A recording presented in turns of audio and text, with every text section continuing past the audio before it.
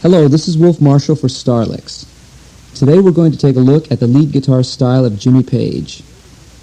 Jimmy Page is the master guitarist, songwriter, arranger, producer, and the driving force behind Led Zeppelin, the prototype heavy metal band. Along with Eric Clapton and Jeff Beck, he redefined the art of blues rock playing and established the English rock sound. In his style, elements of hard rock, classic rock and roll, rockabilly, blues, jazz, and English folk can be heard. In these studies, we will find that Jimmy Page is very much a blues position player in the tradition of the blues greats like Freddie King, B.B. King, and Buddy Guy. He plays out of the basic blues and pentatonic scales primarily, though he frequently chooses the odd note to add a new twist musically. Concerning the equipment used by Jimmy Page, he was often seen on stage using a variety of Gibson guitars and Marshall amplifiers. However, in the studio it was a different case. He would experiment with a number of guitars and mic placement techniques which would enable his Telecaster and Supro amp to come up with a variety of unusual tones. For today's examples, to best duplicate the sound, I'm using a Gibson Flying V guitar and a Rockman amplifier with some EQ at the board. And now, before we get started, let's tune up. Here's the first string, or open E.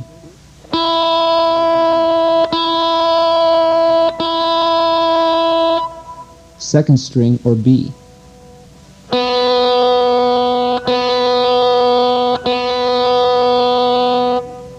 Third string, or G.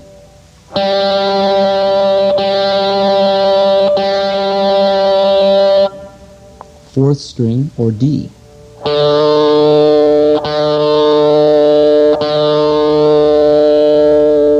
Fifth string, or A.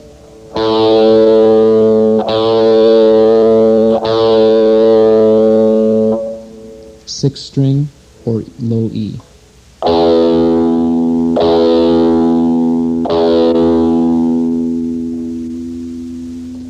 Jimmy Page style tape, lick number 1.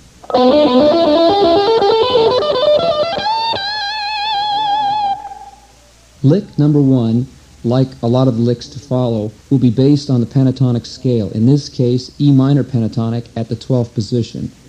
The best way to relate to this position is based on the E bar chord at the same fret. The run is basically an ascending sequence built on this triplet figure. Triplet. Every 3 notes, the pattern moves up a scale step. Now let's play it slow.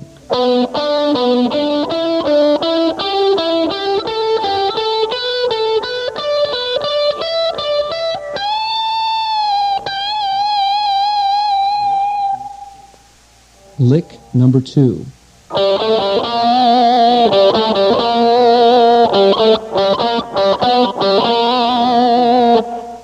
Lick number 2 is based on bending notes on the 4th string. The vibrato is a little harder on these wound strings, so more effort and precision is necessary. The second phrase involves a chromatic note added above the G, which is kept as a pedal on the 4th string.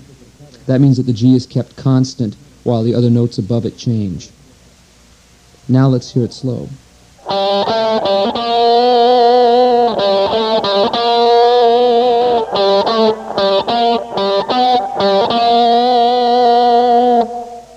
Lick number 3.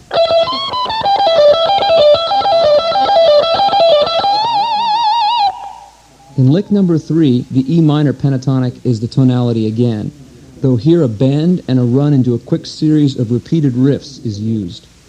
The function of a riff like this is to create energy with a minimum of melodic complexity. All these notes are played in a 19th position. Now here's lick number 3 slow.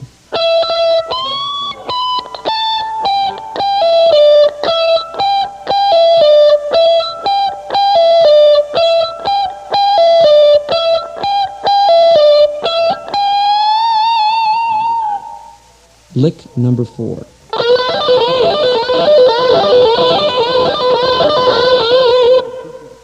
Lick number 4 features a variation of the repeated riff idea. In this case, this riff is repeated 6 times.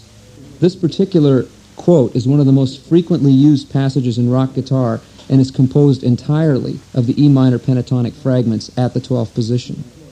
And now, let's do it slow.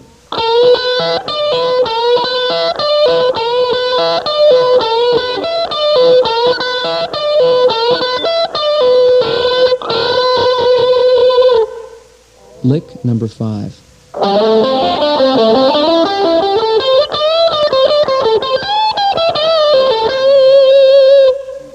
Lick number 5 moves through related A minor positions in a motivic way. This means that each fragment has its own shape and its own sort of identity that will keep reestablishing itself.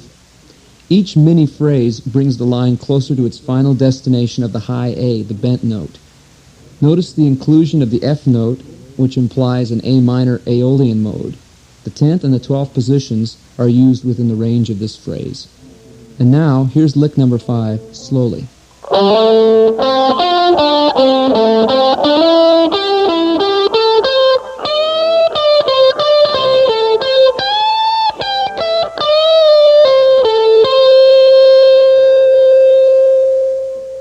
Lick number 6. Lick number 6 features another ostinato idea. In this case, ostinato meaning obstinate or stubborn and constantly repeating. Here, the arpeggio of A minor is repeated. The first finger is barred at the 17th position, with the third used to pull off. Now let's play lick number 6 slowly.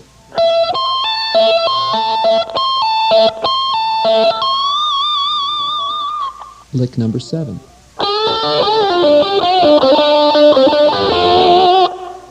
Lick number 7 has elements of the blues in the familiar quote of the first notes and the use of the D minor pentatonic scale once again. The final 2 notes are played in a double stop fashion at the 12th and 10th frets. They're played as 2-note chords called dyads. Now here's lick number 7 slow.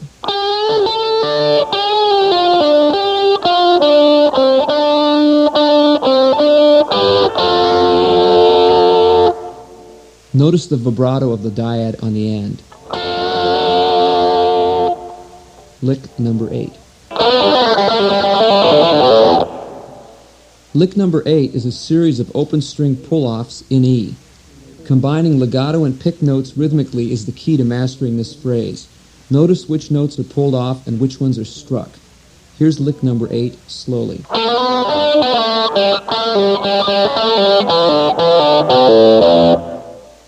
Lick number 9.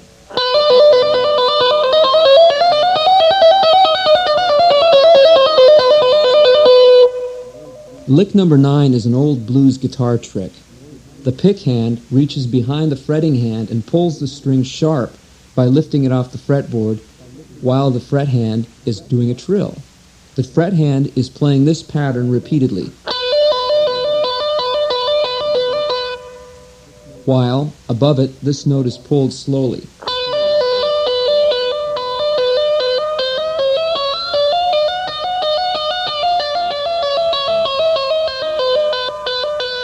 And then it's released. Lick number 10.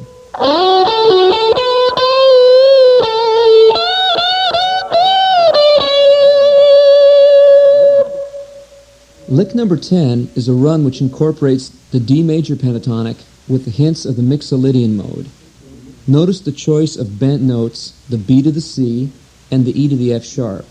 These function melodically and logically against the background chords of D and A. Now here's lick number 10, slowly.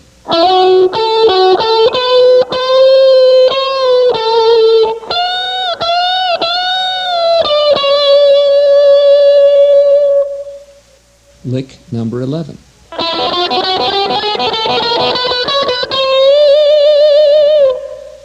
Lick number 11 is an example again of the pedal tone technique.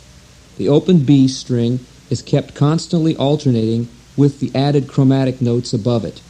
For example, here's the B string open. Here's the first note on the 5th fret. And every time you play the B string open, you alternate with a fretted note, moving up 1 fret at a time. For example,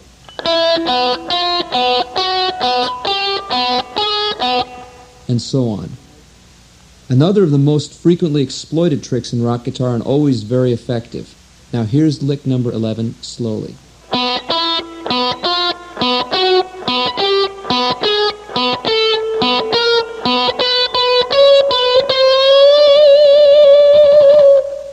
This entire lick is played on the B string only. Lick number 12.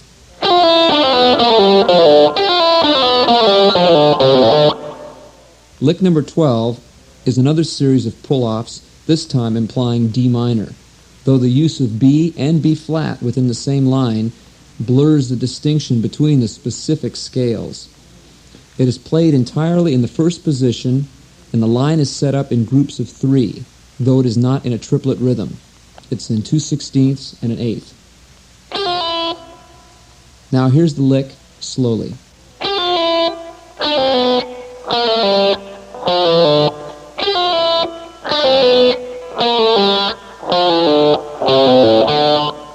Lick number 13.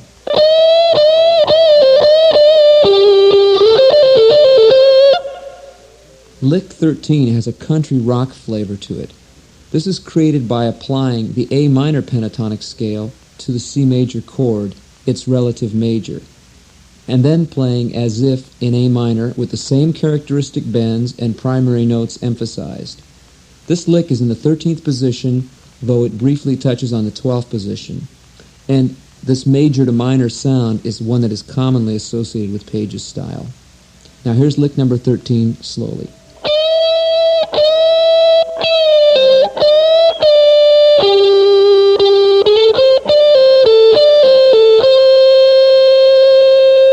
Lick number 14. Lick number 14 is a more technical phrase involving a quick run down the A Dorian minor mode before turning around into the familiar blues quote, "this jump of a minor sixth." The phrase shifts from the 12th to the 11th positions. Now here it is slowly.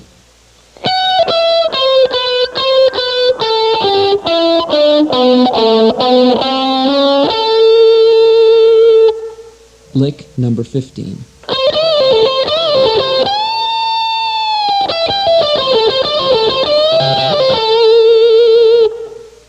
Lick number 15 is an A minor blues phrase.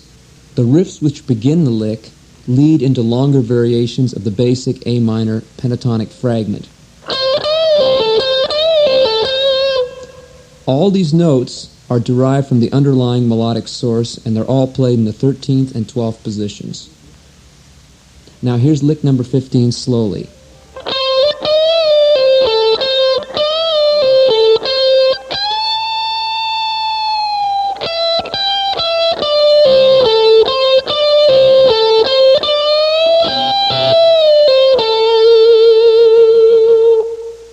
Lick number 16.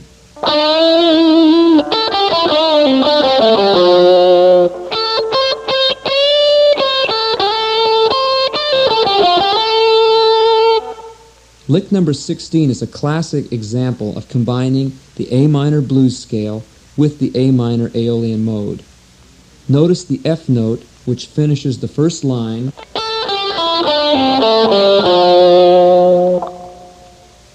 which is derived from the A minor Aeolian mode. The unison slides from G to A in the second line are an unmistakable blues device. Notice the shifting here into the 8th position from the 5th. Now, here's lick number 16 slowly.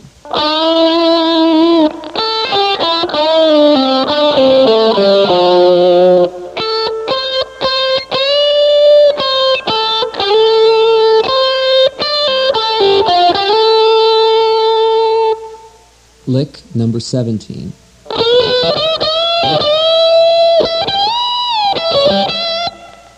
Lick number 17 has an unusually wide bend of a major third. That's 4 frets distance in the third bar. It sounds like this. And it's this far. The lick is in the 12th position and is essentially, again, an E minor pentatonic, though the last three notes suggest a C-sharp diminished triad. In practicing this, practice gradual bending from the second to the minor third to the major third to assure good intonation and hand strength development. I'm going to give you an example of that.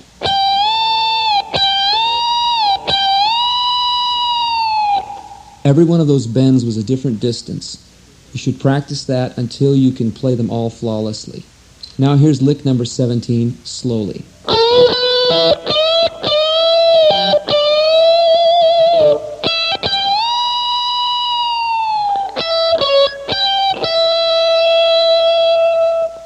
Lick number 18.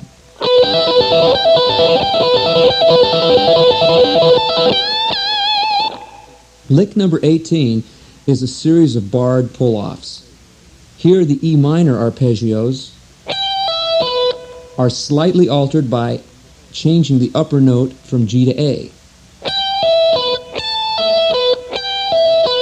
This is a chordally conceived run built from the E minor pentatonic scale. The first finger bars and rolls across the 12th fret. Now here's lick number 18 slowly.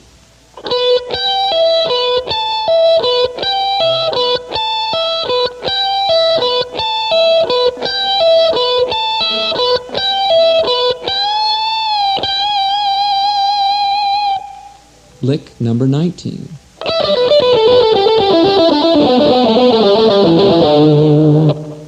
Lick number 19 is an inversion of lick number 1. That means it's played backwards. The triplet figure is descending in groups of 3 again. A handy practice pattern would be to join lick number 1 and lick 19 together into one long line, which would ascend and descend in the E minor pentatonic scale. Here's an example of that.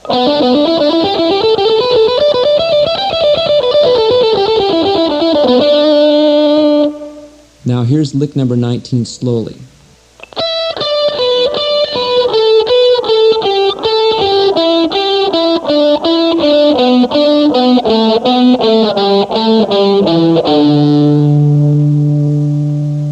Lick number 20.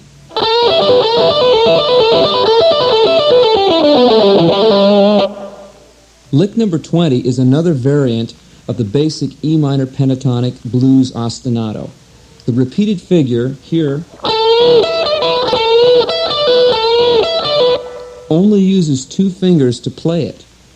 The third hops from the 14th and the 15th fret, adds a little bit of difficulty, but makes for a stronger grip. The final line is a descending E pentatonic scale. All is in the 12th position, except for the very last phrase, which goes to the 10th. Now here's lick number 20 slowly.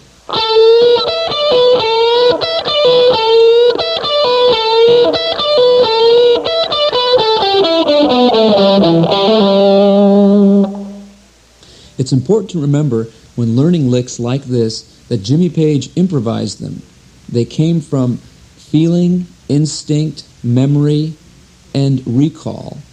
When you play these licks, add them to your vocabulary as soon as you can memorize them. Then try to focus on putting them into a band situation, into practicing time at home, and when you're playing along with records, TV, or radio. It's important that you also react to these licks in an instinctual, memorized sort of way so that you can play them naturally and comfortably and have them be part of your vocabulary.